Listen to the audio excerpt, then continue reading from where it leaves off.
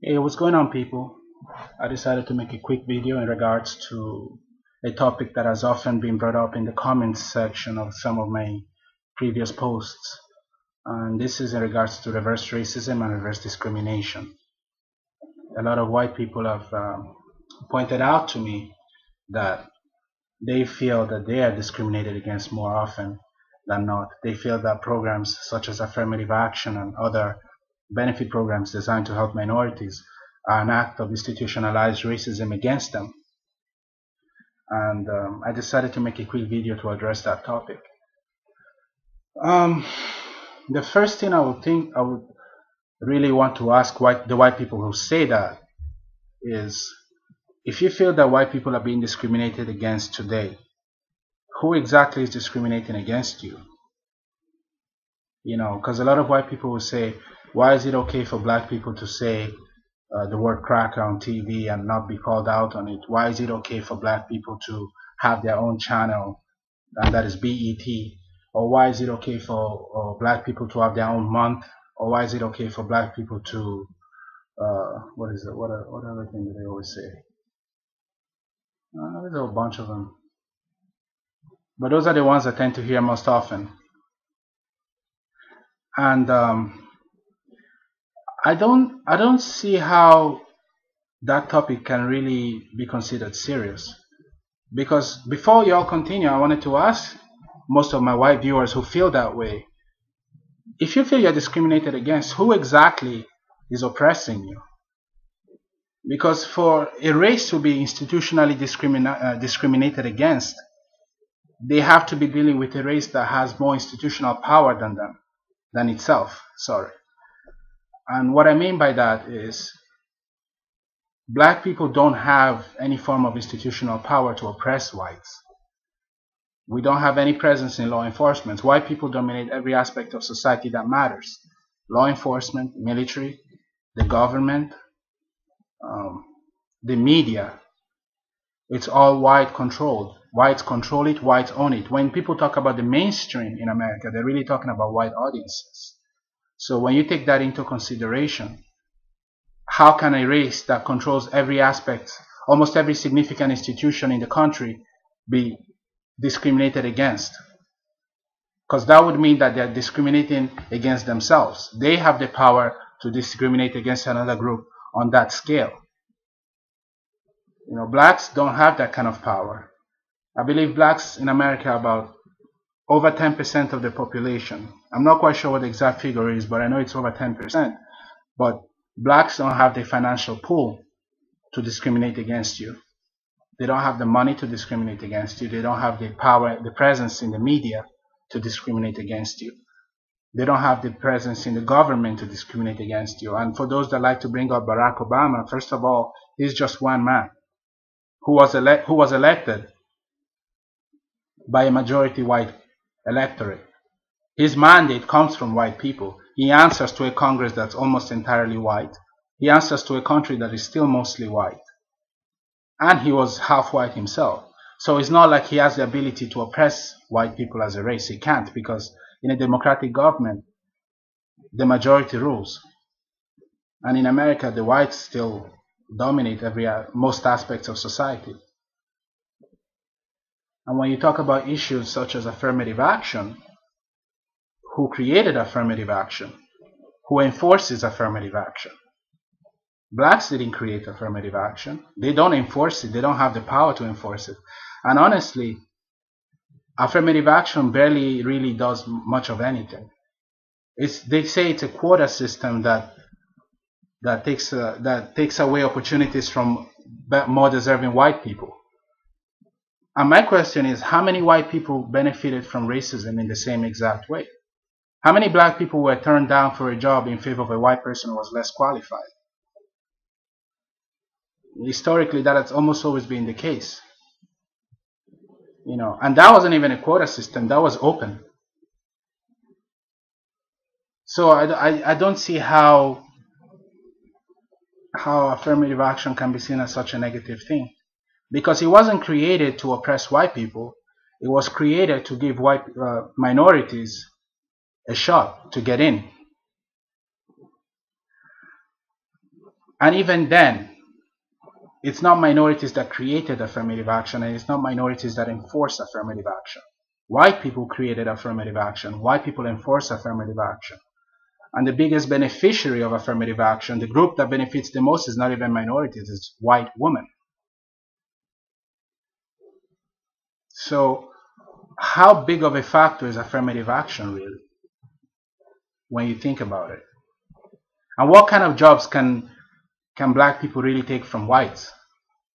Because if affirmative action was such a big issue, you'll be seeing black executives running things all over the place. You'll be seeing blacks at so many different levels of administration, but you don't see that.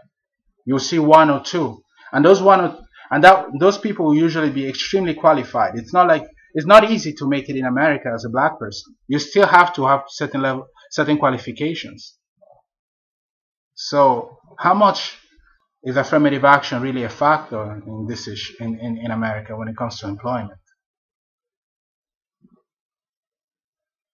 And another thing is, when you're talking about racism on a national level, what kind of resources do black people have to oppress you?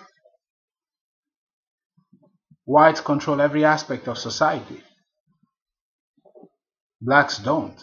So how can they oppress you?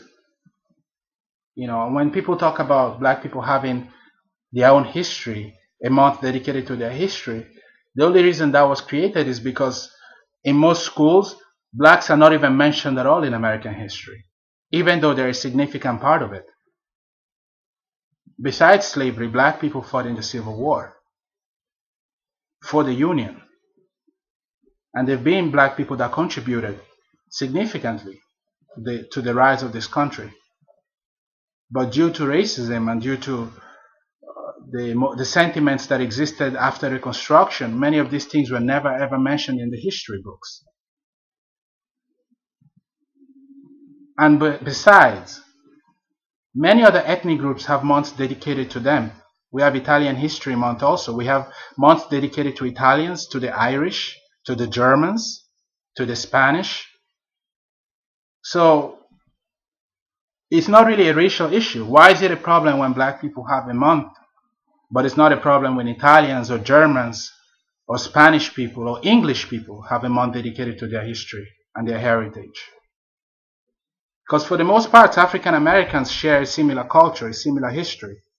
So I don't see anything wrong with them celebrating it. There are many other ethnic groups in America that are white and have their own months. So if they have their own months, why is it an issue when black people have it?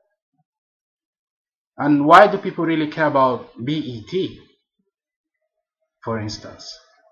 BET came into existence because a lot of blacks because at the time there was no channel or outlet for black artists, specifically for rap artists. So someone decided to create a channel that catered to them. It's no different from the country music channel or CNN or many other channels that are geared towards the majority white audience. It's not a form of racism. I remember back in 2003 or 2004, or maybe even earlier, like 99, 2000, 2001, the biggest artist on BET that you almost always saw was Eminem. He's white. And he got a lot of coverage on BET. He got a lot of airtime on BET. Same goes for many other artists. So if BET was such a racist channel, why would so many white artists be successful on it? So I don't really think that BET is a good example to bring up. And when people talk about black people being able to say the word cracker on TV, that's not really true. Yeah, they may be able to get away with it in comedies and some TV shows and comedy skits, but in a serious program like CNN or a sports channel, if a black person were to come out there and start calling white people crackers, he'll be booted. He wouldn't last. It would be a big issue. So I don't really think it's as big of a problem as a lot of white people make it out to be. And also you have to consider the historical context. You know, when a black person says that, when a black person says certain things, how much pull does he really have? You know, what's the worst that black people could do to whites as a group in America? What's the worst that could happen? You have to be honest with yourself. Blacks can't lynch you. There's not going to be a situation where a large number of black mobs will go and lynch a white person for looking at a black woman the wrong way. That will not happen in America. You're not going to have a situation where blacks can come in and enslave you, take away your freedom and your rights. They can't do that. They don't have that kind of power. You're not going to have a situation where blacks will discriminate against you in a company on a large scale and get away with it. You can't do that. If a white person can prove that he's been discriminated against, those black people will be prosecuted. Another issue I always hear is the issue of historically black colleges, and they consider those universities to be racist, which is ridiculous, because they're not. First of all, white people benefit from affirmative action too.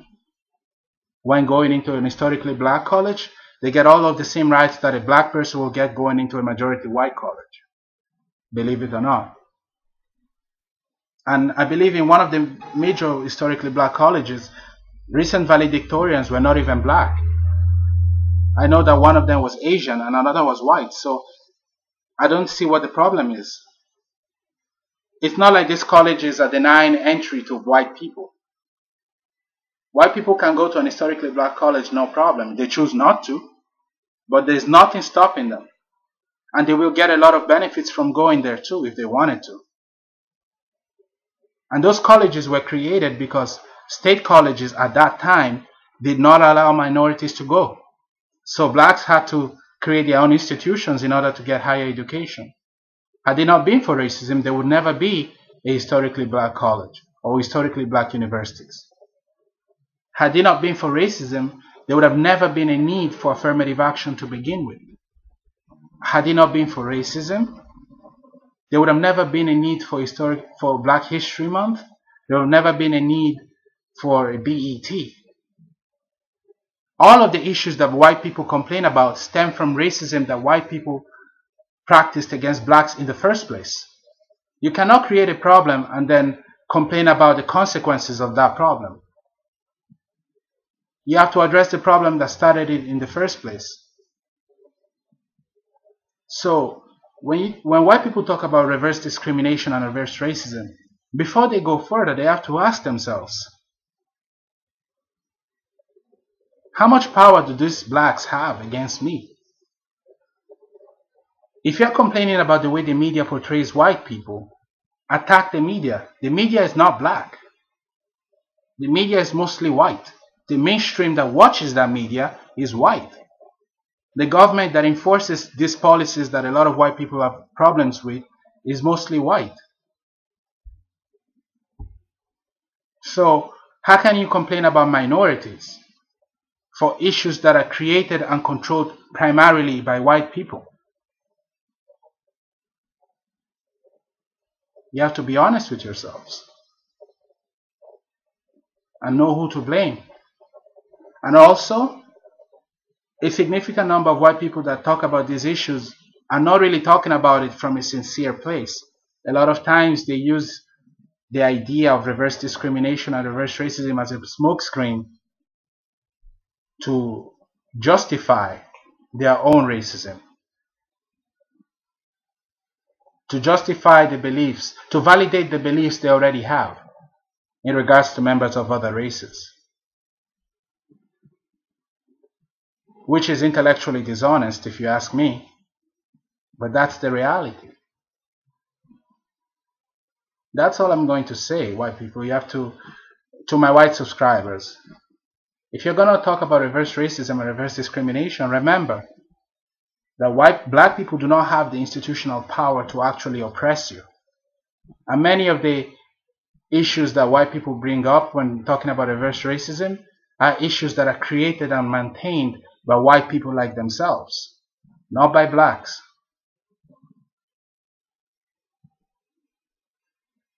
So I might make other videos in regards to this topic, but that's as far as I'm going to go now. Till next time.